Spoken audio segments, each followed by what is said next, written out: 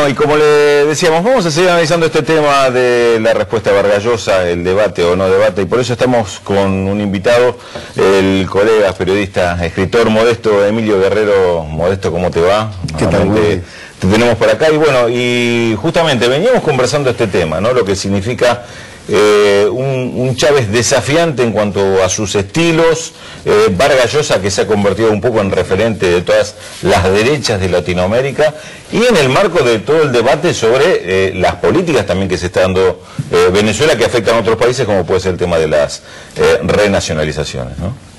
Sí, primero que hay que despeinar un poco la diplomacia, y eso es lo que hace Chávez recurrentemente, agregándole el tono de su personalidad.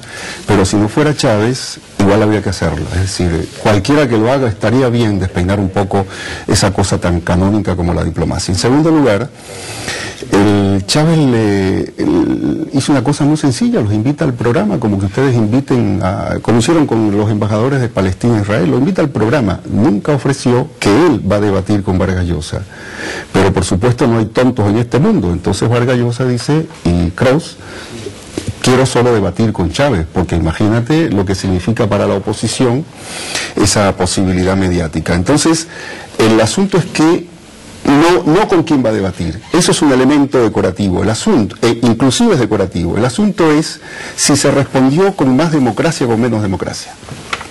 El gobierno venezolano respondió con más democracia a los que exigen democracia, en nombre de sus propios intereses. El gobierno venezolano respondió con más medios, libertad de prensa y de opinión, a los que dicen que no hay libertad de prensa y de opinión. Si eso se hace, Vargas Llosa queda, por eso él llama a CNN. No llamó CNN, que la ha podido llamar, no, él llama porque quería explicar, porque si no quedaba muy feo, no van al debate, no aceptan debatir los intelectuales que debaten, y terminó como hace toda vanidad intelectual. ¿Qué me importa los intelectuales que están acá? Estaba Ramonet, está Luis Brito García, que es una gloria intelectual, es así. Ramonet, te referís al español director en su momento del Monde Diplomatique. Efectivamente. Son pobres intelectuales. Ahora, interesante que Álvaro Vargas Llosa, el hijo de Mario Vargas Llosa, dijo que en Venezuela se está jugando dramáticamente, lo cito textualmente, el futuro de la libertad en el continente. Y además le dio un apoyo explícito a la oposición, mantener la lucha heroica que hasta ahora han dado por la democracia. Es interesante esto también, ¿no? Porque el seminario este se hace en contra de Chávez, planteando abiertamente un apoyo a la oposición al presidente Chávez. En la capital de la tiranía imaginaria, claro, que ellos inventaron, no solo hacen eso, habían 122 medios. ¿Y cómo no hay libertad de prensa y hay 122 medios? Suponiendo que hubiera recorte, estarían solo los medios de ellos. No tienen 122 medios, estaban acreditados 27 medios comunitarios y 19 medios que no son de la oposición. Pero además en el aeropuerto donde Vargas Llosa, suponte que por un momento algún funcionario militar se le fue el milico y le pidió que no hable de política. Eso puede ocurrir, eso no cambia el conjunto de la cosa. En los hechos, ¿quién fue agredido? ¿Vargas Llosa o la periodista de BTV que fue tirada al piso 2 veces por la guardia que trajo, se dice, a recibirlo? Igual, Modesto, discúlpame, es interesante cómo algunos temas, siempre se dice en el periodismo que no nos pueden obligar a pensar de alguna determinada manera, pero sí nos pueden obligar a debatir determinados temas. Cuando Silvio Rodríguez no pudo entrar a Estados Unidos, fue casi una noticia marginal, y el tema de los Vargas Llosa se convirtió en noticia en todo el continente. Porque lo que se debate es un modelo para el continente, y Vargas Llosa piensa para la Fundación Cato, para la Fundación Sedice, que es la que inició el neoliberalismo en Venezuela en el año 82, y para la Fundación de Aznar, tiene dos, una de ellas trabaja financiado por ellos, trabaja financiado igualito que Oppenheimer, trabajan para ellos, son financiados.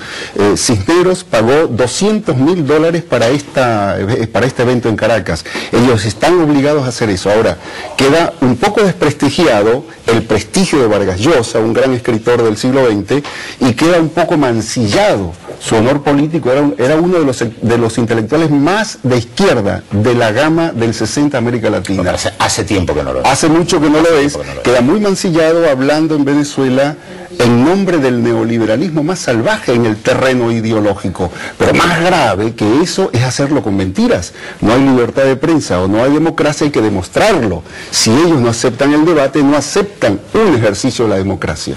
Y en el terreno económico también lo que está haciendo Venezuela es un modelo para el continente, por eso la reacción frente a las nacionalizaciones, a cómo se ha instalado el tema mediáticamente.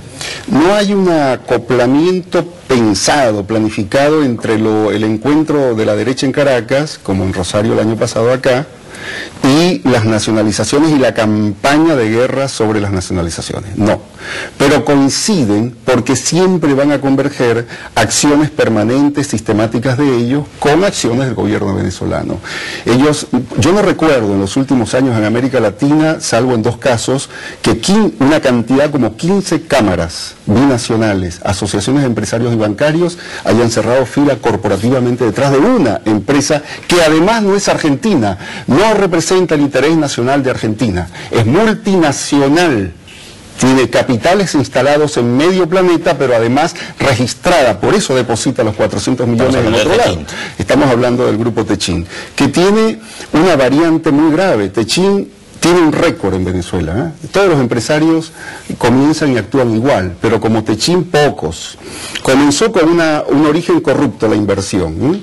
El presidente de Techin del año 98 usó al embajador Ignacio Arcaya de Venezuela en Argentina para operar en muy poco tiempo, en 3 meses, lleva 9 aproximadamente, la inversión de Techin y del resto del grupo argentino que invertía con Techin.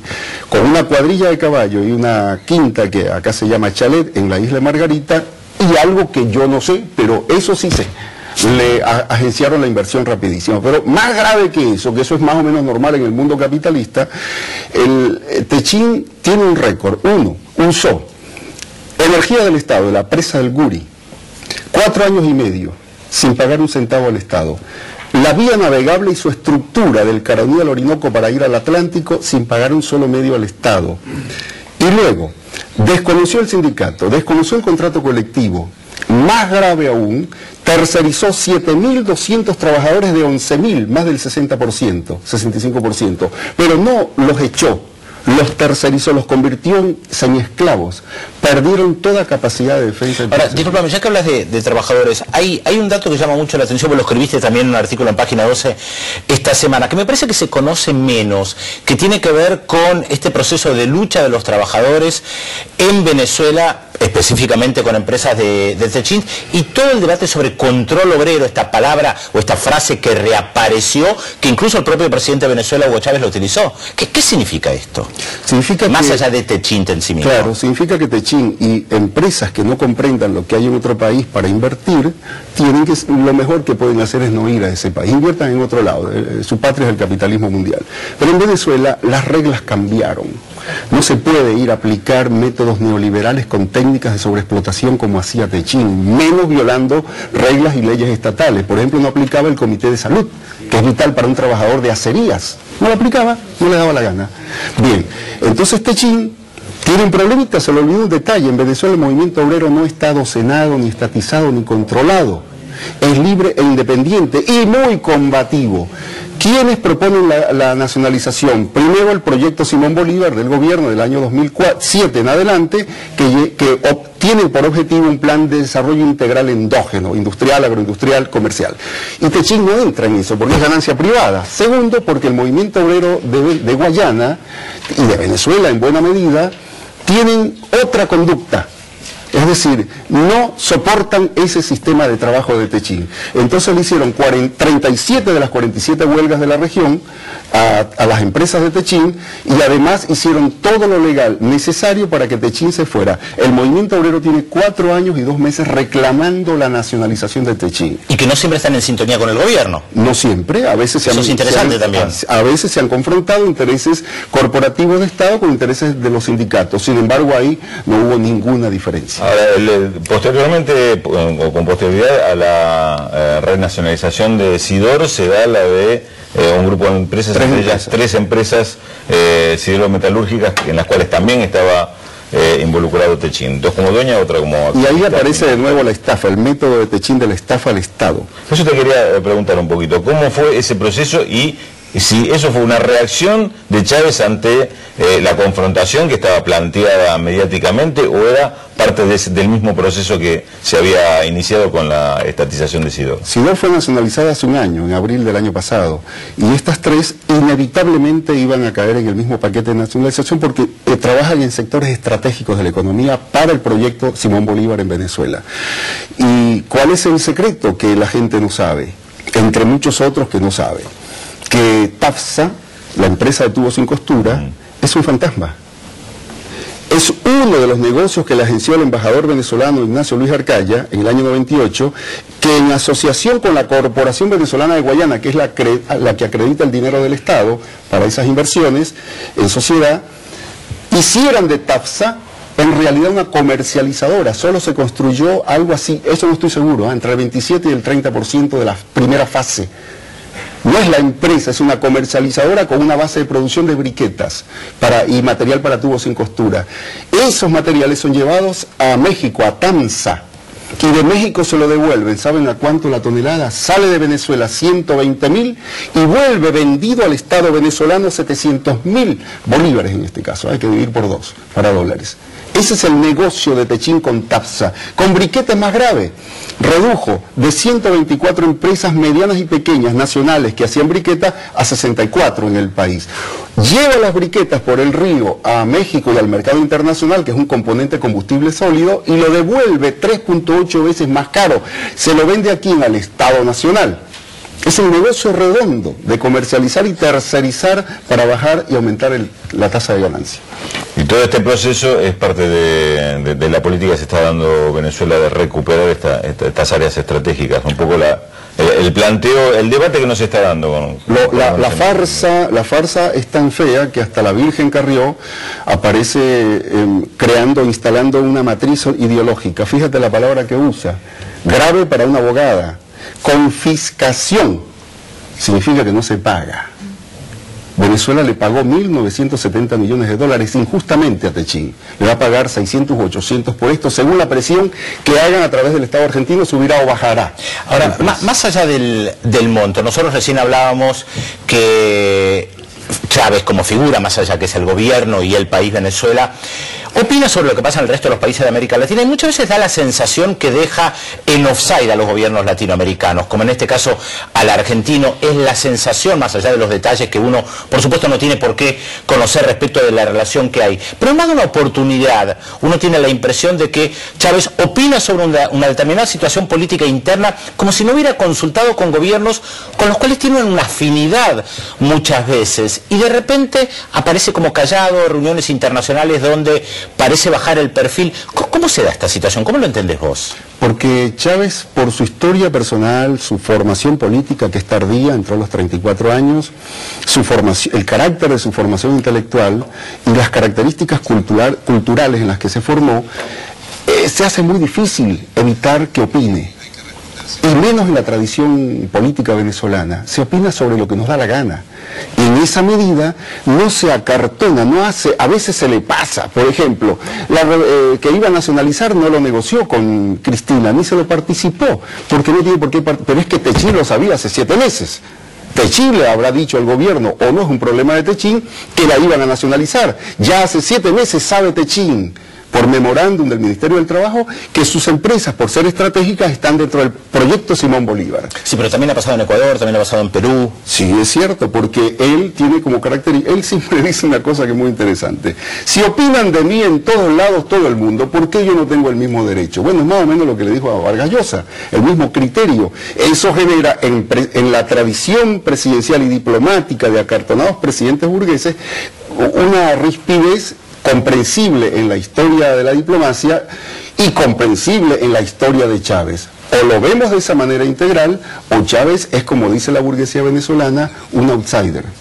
¿Pero no deja mal parados a veces aliados? Puede ser, en algunos casos puede ser, pero tú tienes que escoger entre un principio, una necesidad y una relación que no se afectaría por eso. Bueno, gracias Modesto, Emilio Guerrero. Vamos a algunos mensajes, quédate un minuto más para escuchar, porque algunos quizás tengan relación con esto que estamos conversando. Exactamente, muy buenas tardes. Bueno, ¿qué opinan con los medios de nuestro país que se ponen tan nerviosos con las medidas de Chávez? Pregunta Francisco de la localidad de Roberts. Bueno, respondemos ahora. ¿Qué opinan? No, es parte de... amplia. Sí, es muy amplio, es parte de lo que estamos debatiendo, ¿no? Jorge de Coglan dice, Jorge de Coglan dice, si China quiere entrar al mundo capitalista, ¿por qué Venezuela y otros países de Latinoamérica insisten con el socialismo cuando se demostró que es un fracaso? Buena pregunta. Cristina de Lomas de Zamora dice, esto es una propaganda gratuita al dictador Hugo Chávez, tienen que mostrar la otra campana, dice. Alberto de Avellaneda dice, no es necesario un debate con la derecha, basta ver los resultados de los gobiernos donde actuó la derecha que generan pueblos hambrientos en Latinoamérica. Y Yolanda de Sáenz Peña dice, si para Israel y Estados Unidos Irán es un peligro para el mundo, ¿ellos qué son para el mundo? Y además, con respecto a Vargas Llosa, me parece que no tiene por qué hablar mal de Chávez en la propia Venezuela y que opine desde su país. Bueno, creo que respondemos con una campana que no es la que habitualmente se escucha en los otros medios, ¿no? Me parece que esto también da la posibilidad de, a través de los distintos medios, informarse. Vargas Llosa tiene derecho a hablar en Venezuela lo que quiera de Chávez. Lo que no tiene derecho es a conspirar contra un gobierno legítimamente electo. Por eso yo mencionaba el hecho de esta agrupación Súmate, que son las que, todo tipo de fundaciones en Venezuela que supuestamente enseñan democracia o cómo se tiene que elaborar la democracia en Venezuela, pero después ponen el gancho en un golpe de Estado. Bueno, muchas gracias Modesto por estar con nosotros.